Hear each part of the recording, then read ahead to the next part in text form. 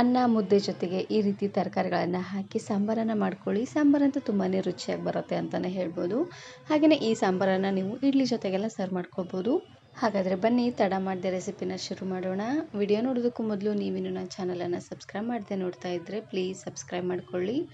ಹಾಗೆಯೇ ಪಕ್ಕದಲ್ಲಿ ಬರುವಂತಹ ಬೆಲ್ ಐಕನನ್ನು ಕ್ಲಿಕ್ ಮಾಡಿ.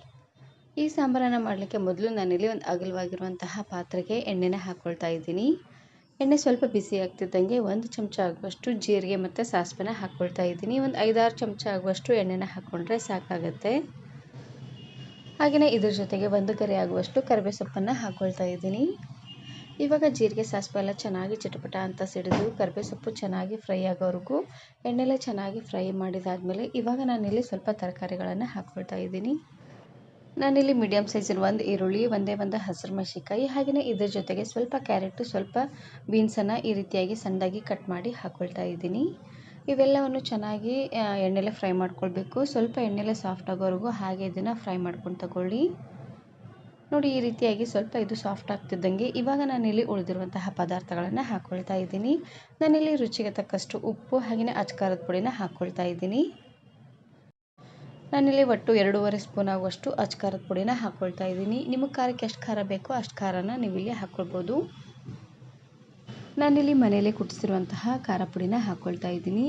1 kg ಆಗುವಷ್ಟು ಗುಂಟೂರು ಮೆಣಸಿನಕಾಯಿ, 1 kg ಆಗುವಷ್ಟು ಬ್ಯಾಡಗಿ ಮೆಣಸಿನಕಾಯಿನ ಹಾಕಿ ಕುಟ್ಟಿಸಿದ್ರೆ ಕಲರು ಇರುತ್ತೆ ಹಾಗೆಯೇ ಖಾರನೂ ಇರುತ್ತೆ ನೋಡಿ. ಹಾಗಾಗಿ ಎರಡನ್ನೂ ಮಿಕ್ಸ್ ಮಾಡಿ ಕುಟ್ಟಿಸ್ಕೊಂಡಿದ್ದೀನಿ. ಖಾರ ಪುಡಿನ ಹಾಕ್ಕೊಂಡು ಒಂದು ಸಾರ್ತಿ ಈ ರೀತಿಯಾಗಿ ಚೆನ್ನಾಗಿ ಇದನ್ನು ಮಿಕ್ಸ್ ಮಾಡಿಕೊಂಡು ಇವಾಗ ನಾನಿಲ್ಲಿ ಬೇಳೆನ ಹಾಕ್ಕೊಳ್ತಾ ಇದ್ದೀನಿ. ನಾನಿಲ್ಲಿ 1 ಕಪ್ ಆಗುವಷ್ಟು ತೊಗರಿಬೇಳೆ, ಚೆನ್ನಾಗಿ ಹಣ್ಣಾಗಿರುವಂತಹ 4 ಟೊಮೆಟೊ, ಇದ್ರ ಜೊತೆಗೆ 2 ಗಡ್ಡೆ ಆಗುವಷ್ಟು ಬೆಳ್ಳುಳ್ಳಿನ ಹಾಕ್ಕೊಂಡು ಕುಕ್ಕರಿಗೆ ಹಾಕಿ ಒಂದು 3-4 ವಿಸಿಲ್ ಕೂಗಿಸಿ ತಗೊಂಡಿದ್ದೀನಿ. ಇದು ಪೂರ್ತಿ ನುಣ್ಣದಾಗೆ ಕುದಿಸ್ಕೊಂಡು ಚೆನ್ನಾಗಿ ಇದನ್ನು ಸ್ಮ್ಯಾಶ್ ಮಾಡಿ ಹಾಕ್ಕೊಳ್ಳಿ. ಹಾಗೆಯೇ ಅರ್ಧ ಚಮಚ ಆಗುವಷ್ಟು ಅರಿಶಿನ ಪುಡಿನೂ ಅದಕ್ಕೆ ಹಾಕ್ಕೊಂಡು ಚೆನ್ನಾಗಿ ಕುದಿಸ್ಕೊಂಡಿದ್ದೀನಿ. ನಿಮಗೆ ಸಾಂಬಾರಿಗೆ ಎಷ್ಟು ನೀರು ಬೇಕು ನೋಡಿಕೊಂಡು ಅಷ್ಟು ನೀರನ್ನು ಹಾಕ್ಕೊಂಡು ಚೆನ್ನಾಗಿ ಇದನ್ನು ಕುದಿಸ್ಕೊಂಡು ತಗೊಳ್ಬೇಕು.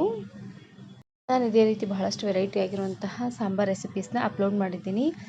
ತರಕಾರಿ ಹಾಗೆಯೇ ಬೇಳೆನ ಬಳಸಿದೆ ತುಂಬಾ ಟೇಸ್ಟಿಯಾಗಿರುವಂತಹ ಸಾಂಬಾರನ್ನು ಯಾವ ರೀತಿಯಾಗಿ ಮಾಡೋದು ಅಂತ ವಿಡಿಯೋ ಅಪ್ಲೋಡ್ ಮಾಡಿದ್ದೀನಿ. ವಿಡಿಯೋ ನೋಡಿಲ್ಲ ಅಂದರೆ ಈ ವಿಡಿಯೋ ಕೊನೆಯಲ್ಲಿ ಹಾಕಿರ್ತೀನಿ, ನೋಡಿ ಚೆಕ್ ಮಾಡಿ.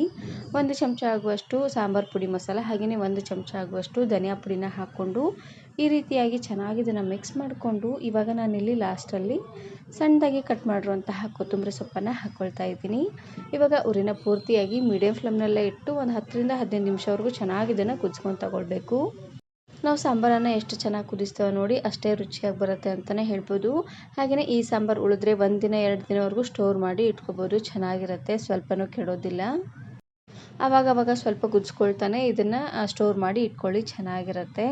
ಇವಾಗ ನಾನಿಲ್ಲಿ ಮೇಲ್ಗಡೆ ಮುಚ್ಚಳನ ಈ ರೀತಿಯಾಗಿ ಅರ್ಧಕ್ಕೆ ಮುಚ್ಚಿ ಕುದಿಸ್ಕೊಳ್ತಾ ಇದ್ದೀನಿ. ಈ ರೀತಿಯಾಗಿ ಮಾಡೋದ್ರಿಂದ ಉಕ್ಕಿ ಚೆಲ್ಲೋದಿಲ್ಲ.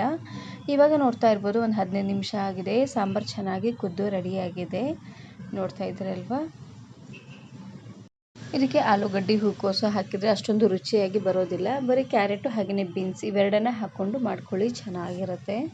ಮನೆಯಲ್ಲಿ ಫ್ರೆಶ್ ಆಗಿ ತರಕಾರಿಗಳನ್ನು ತಂದಾಗ ಖಂಡಿತ ಈ ಸಾಂಬಾರನ್ನು ಮಾಡ್ಕೊಳ್ಳಿ, ತುಂಬಾ ಚೆನ್ನಾಗಿರುತ್ತೆ.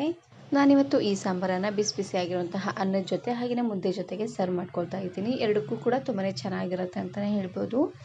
ಈ ವಿಡಿಯೋ ಇಷ್ಟ ಆದರೆ ಈಗಲೇ ಒಂದು ಲೈಕ್ ಬಟನನ್ನು ಕ್ಲಿಕ್ ಮಾಡಿ, ಫ್ರೆಂಡ್ಸ್ ಆ್ಯಂಡ್ ಫ್ಯಾಮಿಲಿ ಜೊತೆಗೆ ಶೇರ್ ಮಾಡಿ.